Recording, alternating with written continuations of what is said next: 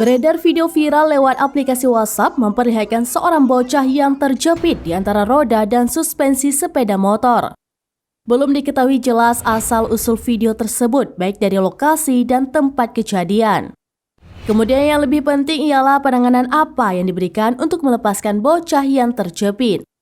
Namun jika ditelisik, bicara mengenai kasus manusia yang terjepit di sela-sela motor sebetulnya bukan sekali dua kali terjadi.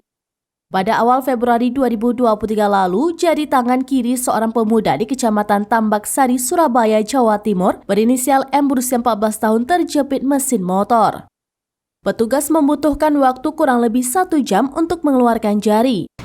Kemudian pada Juli 2022 lalu, pengendara motor berboncengan terjepit palang perlintasan kereta api di Karawang viral di media sosial.